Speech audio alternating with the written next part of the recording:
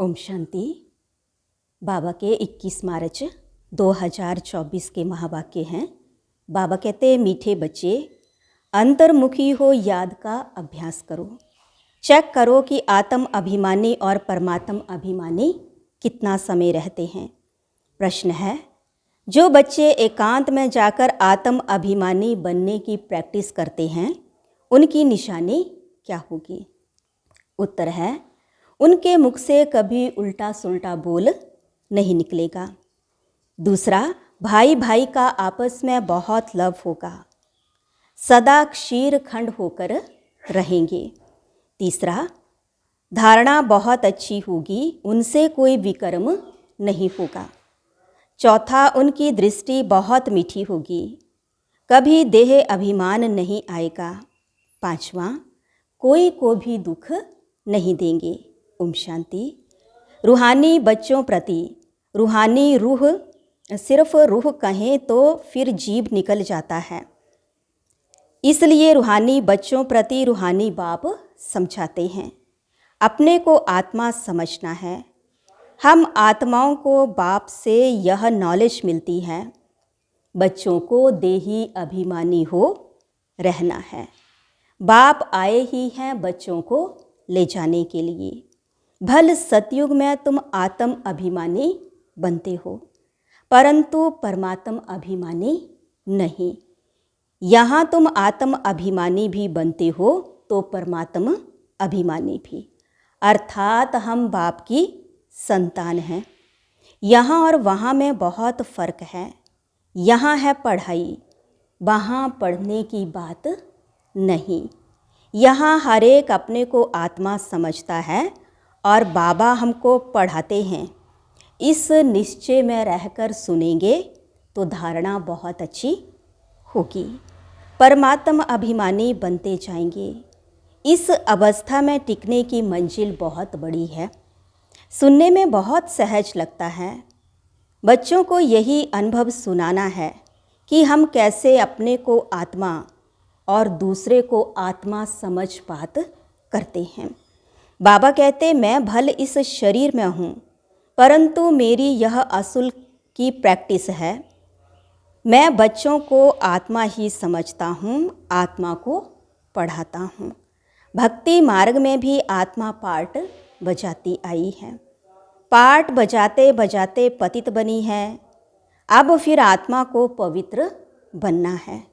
सो जब तक बाप को परमात्मा समझकर याद नहीं करेंगे तो पवित्र कैसे बनेंगे? इस पर बच्चों को बहुत अंतर्मुखी हो याद का अभ्यास करना है। नॉलेज सहज है, बाकी यह निश्चय पक्का रहे कि हम आत्मा पढ़ते हैं, बाबा हमको पढ़ाते हैं, तो धारणा भी होगी और कोई विकर्म नहीं होगा। ऐसे नहीं, इस समय हमसे कोई विकर्म नहीं होता है। विकर्मा जीत तो अंत में बनेंगे। भाई भाई की दृष्टि बहुत मीठी रहती है, इसमें कभी देह अभिमान नहीं आएगा। बच्चे समझते हैं बाप की नॉलेज बड़ी डीप है। अगर ऊंच ते ऊंच बनना है तो यह प्रैक्टिस अच्छी रीति करनी पड़े, इस पर गौर करना पड़े। अंतर्मुखी होने के लिए एकांत भी चाहिए। यहाँ जैसा एकांत घर में धंधा धूरी में तो मिल ना सके, यहाँ तुम यह प्रैक्टिस बहुत अच्छी कर सकते हो। आत्मा को ही देखना पड़े, अपने को भी आत्मा समझना है। यह प्रैक्टिस यहाँ करने से आदत पड़ जाएगी। फिर अपना चार्ट भी रखना चाहिए, कहाँ तक आत्म अभिमानी बने हैं। आत्मा को ही हम सुनाते हैं, उनसे ही बातचीत करते हैं। यह प्रैक्टिस बहुत अच्छी चाहिए। बच्चे समझते होंगे यह बात तो ठीक है, देह अभिमान निकल जाए और हम आत्म अभिमानी बन जाएं। धारणा करते और कराते जाएं। कोशिश कर अपने को आत्मा समझ बाप को याद करना। यह चार्ट बड़ा डीप है। बड़े बड़े महारथी भी समझते होंगे बाबा जो दिन प्रतिदिन सब्जेक्ट देते हैं विचार सागर मंथन करने के लिए, यह तो बहुत बड़ी पॉइंट्स हैं। फिर कभी भी मुख से कोई उल्टा सुल्टा अक्षर नहीं निकलेगा। भाइयों भाइयों का आपस में बहुत लव हो जाएगा। हम सब ईश्वर की संतान हैं। बाप की महिमा को तो जानते ही हो। श्री कृष्ण की महिमा अलग, उनको कहते हैं सर्वगुण संपन्न। परंतु श्री कृष्ण के पास गुण कहाँ से आए? भल उनकी महिमा अलग है, परंतु सर्वगुण संपन्न बना तो ज्ञान सागर बाप से ही है ना। तो अपनी जांच बहुत रखनी है। कदम कदम पर पूरा पोता मेल निकालना है। व्यापारी लोग सारे दिन की मुरादी रात को संभालते हैं। तुम्हारा भी व्यापार है ना। रात्रि को जांच करनी है कि हमने सबको भाई भाई समझकर बात की, कोई को भी दुख तो नहीं दिया, क्योंकि तुम जानते हो हम सब भाई क्षीर सागर की तरफ जा रहे हैं। यह है विशेष सागर। तुम अभी ना रावण राज्य में हो ना राम राज्य में हो, तुम बीच में हो। तो अपने को आत्मा समझ बाप को याद करना है। देखना है कहाँ तक हमारी वह भाई भाई के दृष्टि की अवस्था रही। हम सब आत्माएं आपस में भाई भाई हैं। हम इस शरीर से पाठ बजाते हैं। आत्मा अविनाशी है, शरीर विनाशी है। हमने 84 जन्मों का पार्ट बजाया है। अब बाप आए हैं, कहते हैं मामेकम याद करो। अपने को आत्मा समझो। आत्मा समझने से भाई भाई हो जाते हैं। यह बाप ही समझाते हैं। बाप के सिवाय और कोई का पार्ट ही नहीं। प्रेरणा आदि की बात नहीं। जैसे टीचर बैठ समझाते हैं वैसे बाप बच्चों को समझाते हैं। यह विचार करने की बात है। इसमें समय भी देना पड़ता है। बाप ने धंधा आदि करने के लिए तो कह दिया है, लेकिन याद की यात्रा भी जरूरी है। उसके लिए भी टाइम निकालना चाहिए। सर्विस भी सबकी भिन्न भिन्न है। कोई बहुत टाइम निकाल सकते हैं। मैगजीन में भी युक्ति से लिखना है कि यहाँ ऐसे बाप को याद करना होता है। एक दो को भाई भाई समझना होता है। बाप आकर सभी आत्माओं को पढ़ाते हैं। आत्मा में दैवी गुणों के संस्कार अभी भरने हैं। मनुष्य पूछते हैं भारत का प्राचीन योग क्या है? तुम समझा सकते हो, परंतु तुम अभी बहुत थोड़े हो। तुम्हारा नाम निकला नहीं है। ईश्वर योग सिखलाते हैं। जरूर उनके बच्चे भी होंगे। वह भी जानते होंगे, यह किसको भी पता नहीं है। निराकार बाप कैसे आकर पढ़ाते हैं, वह खुद ही समझाते हैं। मैं कल्प कल्प संगम युग पर आकर खुद बताता हूँ कि मैं ऐसे आता हूँ। किसके तन में आता हूँ, इसमें मूंझने की बात नहीं। यह बना बनाया ड्रामा है। एक में ही आता हूँ। प्रजापिता ब्रह्मा द्वारा स्थापना। वह मुरब्बी बच्चा पहले पहले बनते हैं। आदि सनातन देवी देवता धर्म स्थापन करते हैं। फिर वही पहले नंबर में आते हैं। इस चित्र पर समझानी बहुत अच्छी है। ब्रह्मा सो विष्णु, विष्णु सो ब्रह्मा कैसे बनते हैं, यह और कोई समझा ना सके।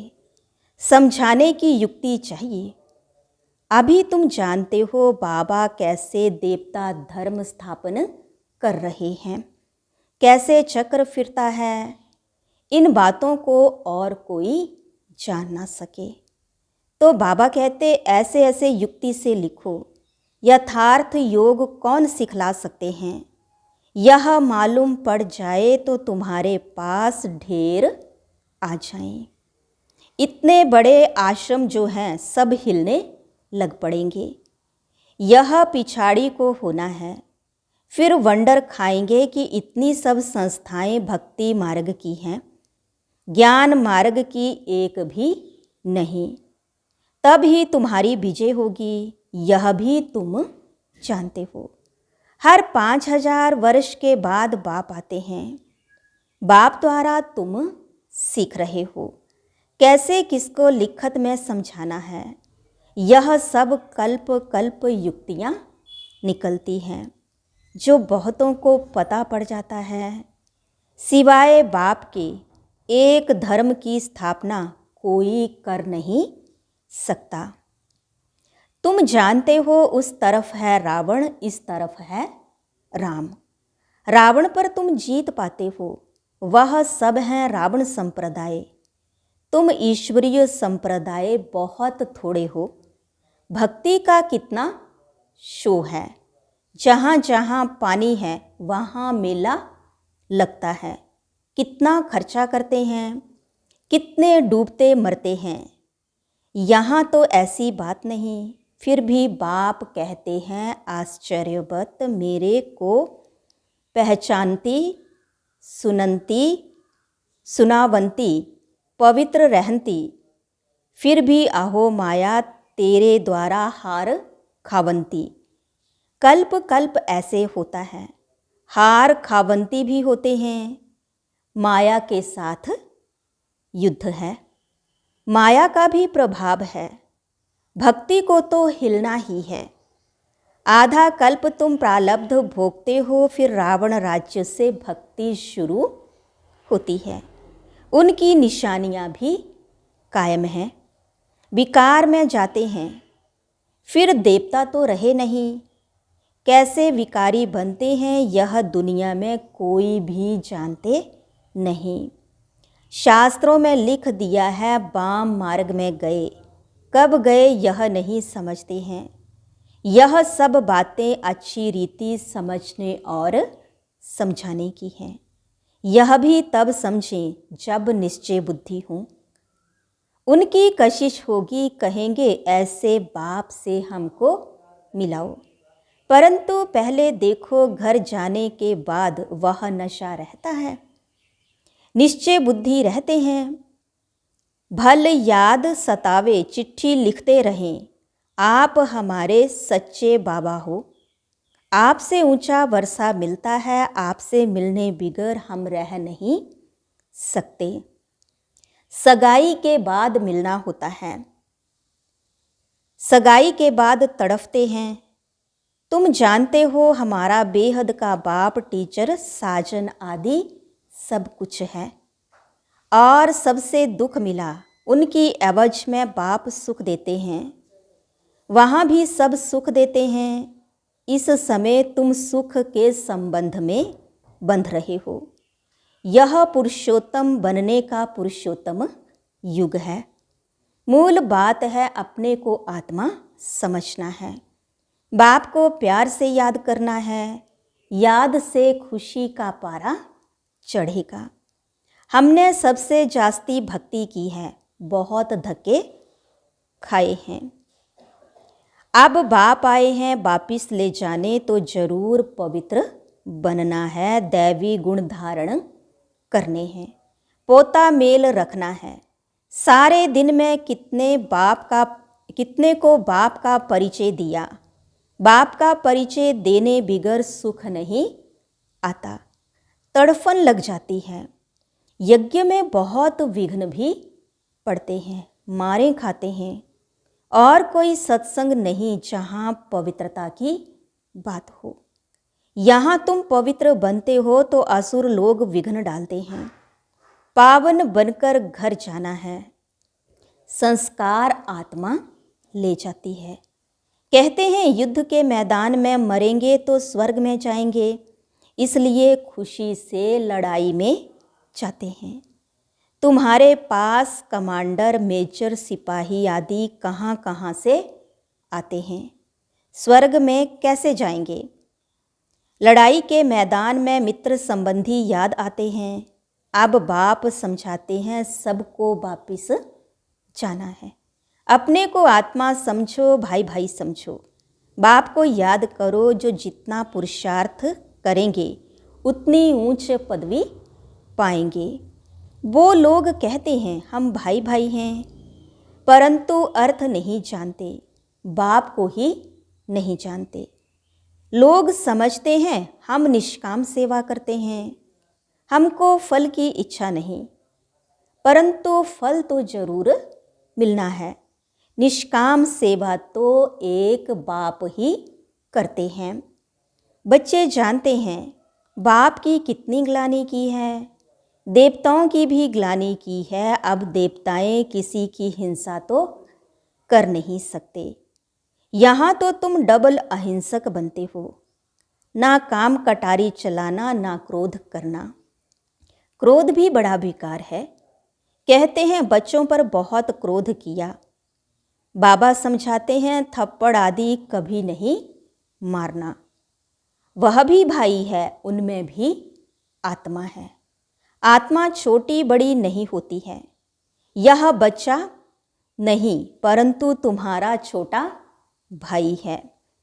आत्मा समझना है छोटे भाई को मारना नहीं चाहिए, इसलिए श्री कृष्ण के लिए दिखाते हैं ओखरी से बांधा।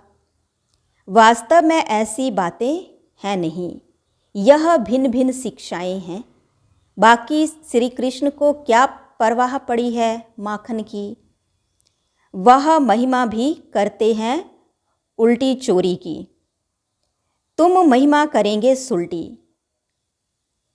तुम कहेंगे वह तो सर्वगुण संपन्न 16 कला संपूर्ण है, परंतु यह ग्लानि की भी ड्रामा में नूंद है। अभी सब तमो प्रधान बन पड़े हैं, बाप आकर सतो प्रधान बनाते हैं। पढ़ाने वाला है बेहद का बाप, उनकी मत पर चलना पड़े। डिफ़िकल्ट से डिफ़िकल्ट यह सब्जेक्ट है। पदवी भी तुम ऊंच पाते हो, अगर सहज हो तो सब इस इम्तिहान में लग जाएं। इसमें बड़ी मेहनत है। देह अभिमान आने से विकर्म बन जाएंगे, इसलिए छुई मुई का दृष्टांत है। बाप को याद करने से तुम खड़े हो जाएंगे, भूलने से कुछ ना कुछ भूल हो जाएगी। पदवी भी कम हो पड़ती है। शिक्षा तो सबको दी है, जिसकी बाद में गीता बनाई है। गरुड़ पुराण में रोचक बातें लिखी हैं, जो मनुष्यों को डर लगे। रावण राज्य में पाप तो होते ही हैं, क्योंकि है ही कांटों का जंगल।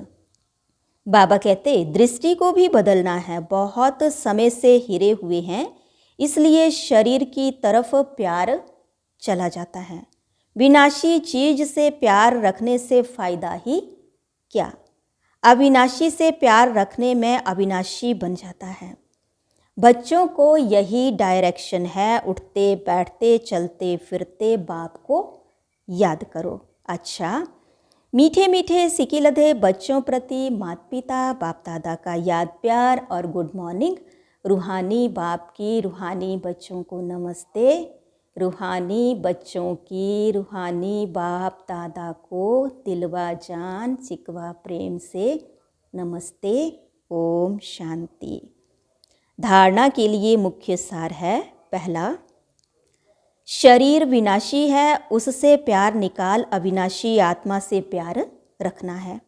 अविनाशी बाप को याद करना है। आत्मा भाई भाई है, हम भाई से बात करते हैं, यह अभ्यास करना है। दूसरा, विचार सागर मंथन कर अपनी ऐसी अवस्था बनानी है जो मुख से कभी कोई उल्टा सुल्टा बोल ना निकले। कदम कदम पर अपना पोता मेल चेक करना है। आज का वरदान है, निमित्त और निर्माण भाव से सेवा करने वाले श्रेष्ठ सफलता मूर्त भव। निमित्त और निर्माण भाव से सेवा करने वाले श्रेष्ठ सफलता मूर्त भव। सेवाधारी अर्थात सदा बाप समान निमित्त बनने और निर्माण रहने वाले। निर्माणता ही श्रेष्ठ सफलता का साधन है। किसी भी सेवा में सफलता प्राप्त करने के लिए नम्रता भाव और निमित्त भाव धारण करो। इससे सेवा में सदा मौज का अनुभव करेंगे। सेवा में कभी थकावट नहीं होगी। कोई भी सेवा मिले, लेकिन इन दो विशेषताओं से सफलता को पाते सफलता स्वरूप बन जाएंगे। स्लोगन है, सेकंड में विदेही बनने का अभ्यास हो तो सूर्यवंशी में आ जाएंगे। आज बाबा ने कहा, मीठे बच्चे अंतर्मुखी हो, याद का अभ्यास करो, चेक करो आत्म अभिमानी और परमात्म अभिमानी कितना समय रहते हैं। ओम शांति।